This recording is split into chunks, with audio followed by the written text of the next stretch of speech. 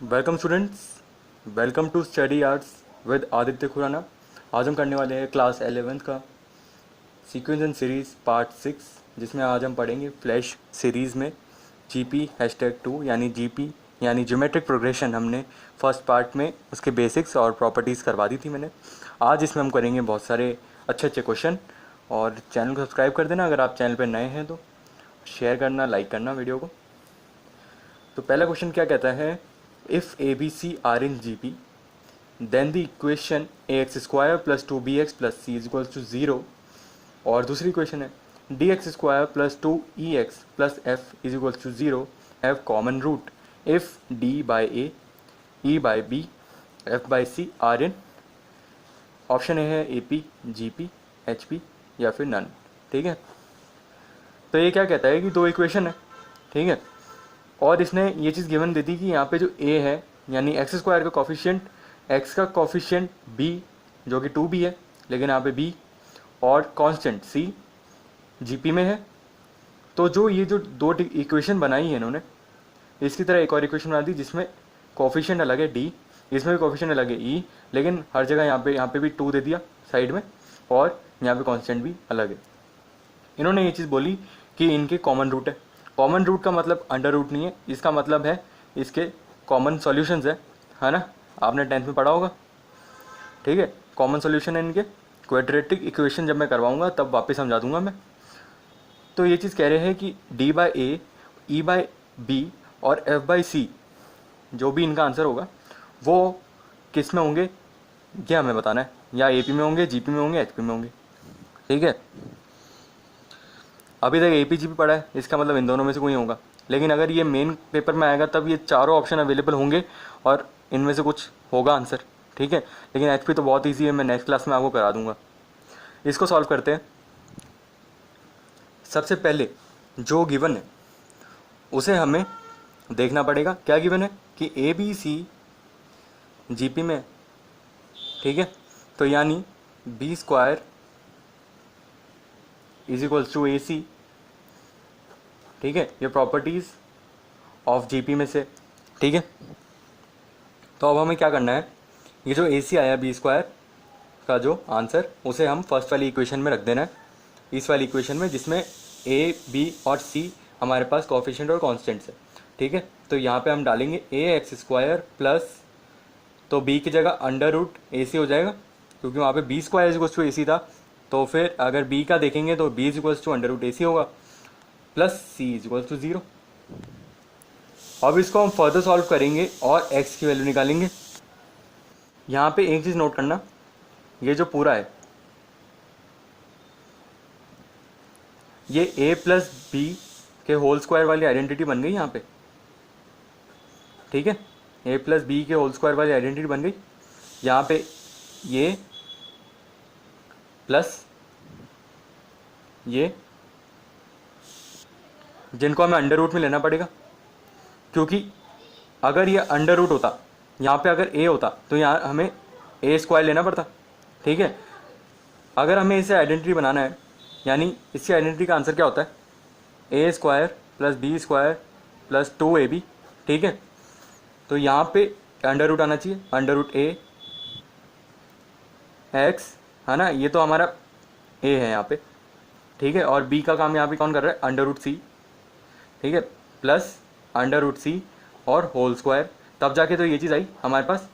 यहाँ पे 2 under root AC, इसका मतलब ये है, ये a इंटू बी वाला काम कर रहा है, तो ये आइडेंटिटी बन रही है। अब ये इससे क्या आ जाएगा, हमारा x की वैल्यू आ जाएगी, x is equals to under root a under root c by a और माइनस c बाय a। ये पॉजिटिव है, ये नेगेटिव है। ठीक है, ये दो आंसर आ रहे हैं। अब इनमें से कौन सा कैंसिल होना चाहिए, एक मिनट, हमने एक गलती कर दी है। गलती ये है कि यहाँ पे तो ये सही है, ये भी नेगेटिव होना चाहिए, क्योंकि इन्होंने क्या बोला है, इसमें से दोनों मतलब दोनों काम के हैं, क्योंकि हमें दिया हुआ है ना कॉमन रूट है ये दोनों। ठीक है, कॉमन रूट है, इस वजह से हम इसमें से कोई कैंसिल नहीं कर सकते, और दोनों नेगेटिव में है। Negative under root C by A। तो हमारे पास यहाँ से x की वैल्यू आ गई, तो x की वैल्यू हम दूसरी इक्वेशन में रखेंगे dx स्क्वायर, एक्स स्क्वायर यानी यहाँ पे c बाय हो जाएगा, प्लस यहाँ पे 2e x लगा देंगे under root c by A plus f is equal to 0। फिर यहाँ पे इसको इधर से उधर लेके जाके इसे सॉल्व करके 2/2e by under root A C is equals to 2e by B. यहाँ से हमारा आंसर आया। अगर डिनोमिनेटर को देखें तो प्रॉपर्टीज़ ऑफ जीपी और एपी को अगर हम कंपेयर करें तो यहाँ पे जो आंसर आया, ये से हम ये पता लगा जो दो इक्वेशन है, जो दोनों इक्वेशन है वो एपी में है, तो हमारा आंसर क्या हो जाएगा AP.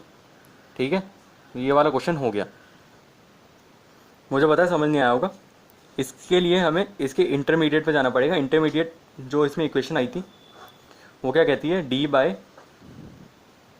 A plus F by C is equals to, फिर जाके क्या आया 2e बाय बी। मैंने सोचा था इस तरीके से शॉर्ट में करवा के हो जाएगा, लेकिन मुझे लगता है कि नहीं समझ आया होगा, इसलिए अब मैं पूरा ही करवा रहा हूँ। D by A plus F by C is equals to 2e by B आया था बीच में। तो इससे हमें क्या पता लगा,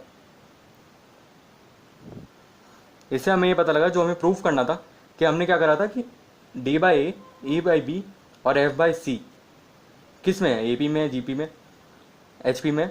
तो हमने क्या करा, इसको ए ले लिया था, इसे बी एक तरह से, इसको सी। और ए पी की प्रॉपर्टी क्या कहती है, अगर जी पी में देखें तो वो क्या कहता है, B square is equal to A C, है ना। तो ये जो बी है ये स्क्वायर है, नहीं ये स्क्वायर थोड़ी है दोनों का। और प्लस एक और बात, यहाँ पे बीच में प्लस आ रहा है, ठीक है। और ए पी की प्रॉपर्टी क्या कहती है, 2b is equals to A plus C, ठीक है। तो यहाँ पे 2 और यहाँ पे हमें पूछा था d by A, F by C और e by B, A P में, जी पी में या फिर एच पी में। तो एक चीज़ देखना, यहाँ पे 2 मल्टीप्लाई हो रहा है, जो आंसर आया हमारे पास उसमें यहाँ पे 2 मल्टीप्लाई हो रहा है, तो इसका मतलब, और इनके बीच में प्लस है, तो इसका मतलब d by A plus F by C is equals to 2e by B, ठीक है। ये बीच वाले टर्म है ना। तो इसका मतलब ये पता लग गया हमें ये किस में है, ए पी में। आई होप अब तो समझ आ गया होगा, ठीक है। नेक्स्ट क्वेश्चन करते हैं। नेक्स्ट क्वेश्चन हमें कहता है, a number consist of 3 digit which are in G P, the sum of the right hand and the left hand digit exceeds twice the middle digit by 1 and the sum of left hand and middle digit is 2/3 of the sum of the middle and the right hand digit. Find numbers. हमें क्या करना है, एक number find करना है, और उस number को पता लगाने के लिए इन्होंने कुछ चीज़ें दी है हमें कि जो, जैसे मानो यहाँ पे हम लिखा बचपन में जैसे करते थे ना हम S T O, ones, tens, 100, ठीक है। 100 पे कोई डिजिट होगा और टेंस पे और इस पे। अब ये चीज़ बोली है, ठीक है। अब हमें इस किस तरीके से सॉल्व करना पड़ेगा, सबसे पहले हमें ये लिखना पड़ेगा कि क्वेश्चन क्या कहता है। क्वेश्चन ये कहता है कि जो 3 डिजिट्स है वो जीपी में, ठीक है। तो हमें पता है अगर 3 टर्म्स को लिखें तो हम इस तरीके से लिखते हैं, ठीक है। और अगर हमें प्लेस वैल्यू के टर्म में लिखना है तो हमें बोला कि फर्स्ट वाला ये जो है, ठीक है, एच है, तो यहाँ पे हम क्या लिखेंगे, 100A, ठीक है ना। जैसे बचपन में लिखते थे ना, जैसे हमें 540 को विस्तार में लिखना है या फिर इसको हमें प्लेस वैल्यू के उसमें लिखना है, तो फिर हम कैसे लिखते हैं, 500 + 40 + 0, ठीक है। इस तरीके से तो करते हैं एस टी ओ में।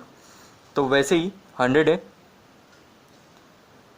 Plus 10AR plus AR square, इस तरीके से क्या आएगा, हमारा आंसर आएगा, ठीक है। इसे असाइड रख देंगे।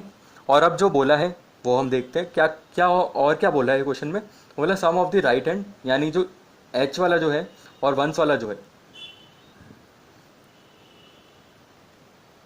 Digits exceed twice the middle digit bye 1, ठीक है। ये क्या कहता है, जो बीच वाला डिजिट है उसको मैं मान लेता हूँ बी। बी मानने से अच्छा जो हमने यहाँ पे एज्यूम करा था इसको मान के चलते हैं, क्वेश्चन जल्दी होगा। लास्ट टर्म और यहाँ पे लेफ्ट वाला और राइट वाले का sum is equals to twice बीच वाला टर्म प्लस 1 एक्सीड बाय 1, ठीक है, ट्वाइस प्लस 1।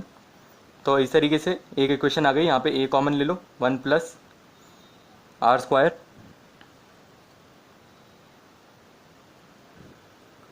यहाँ पे -2AR इज इक्वल्स टू 1। यहाँ से आइडेंटिटी बन गई हमारी ए R-1 का whole square is equals to 1। ये सेकंड इक्वेशन रख देंगे। तीसरा हमें क्या कहता है, ए प्लस AR, ठीक है, पहला वाला टर्म और बीच वाला term is equals to 2/3 of the last term plus middle term, ठीक है। इससे लेफ्ट और राइट के ए हट जाएंगे, है ना। इसको यहाँ पे प्लस माइनस करके और 3 को यहाँ पे मल्टीप्लाई करके, ठीक है, क्या आएगा हमारे पास, 2R square minus R minus 3 is equals to 0। अब इसके फैक्टर्स क्या निकले, R+1 और 2R minus 3 is equals to 0। यहाँ पे हमारे पास R की वैल्यू आ गई, R इज इक्वल्स टू -1 और R is equals to 3/2। R यहाँ पे कॉमन रेशो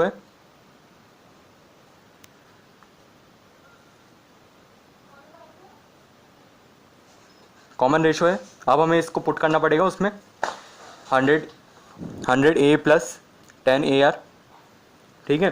तो पहले from to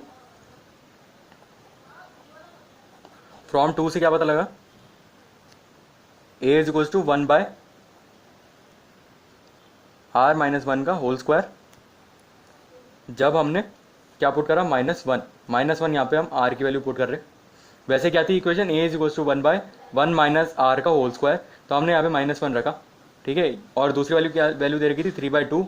A is equals to 1/3/2 -1 का होल स्क्वायर। अब यहाँ पे जब हमने -1 इसको रख दिया, ठीक है, तो इसका आंसर स्क्वायर करके 1/4 आया, ठीक है। ये तो हमें इक्वेशन फ्रॉम 2 से, यहाँ पे हम -R की जगह पे हमने रखा -1 और -1 का होल स्क्वायर क्या होगा, यहाँ पे 4 हो जाएगा प्लस, क्योंकि हम पता है अगर अंदर माइनस होता है उसका अगर हम स्क्वायर कर देते तो वो प्लस हो जाता है, ठीक है। अब इसको हम सॉल्व करेंगे आगे, A इज इक्वल्स टू 4, ठीक है। अब एक चीज़ नोट करना, हमारे यहाँ पे आया A की वैल्यू,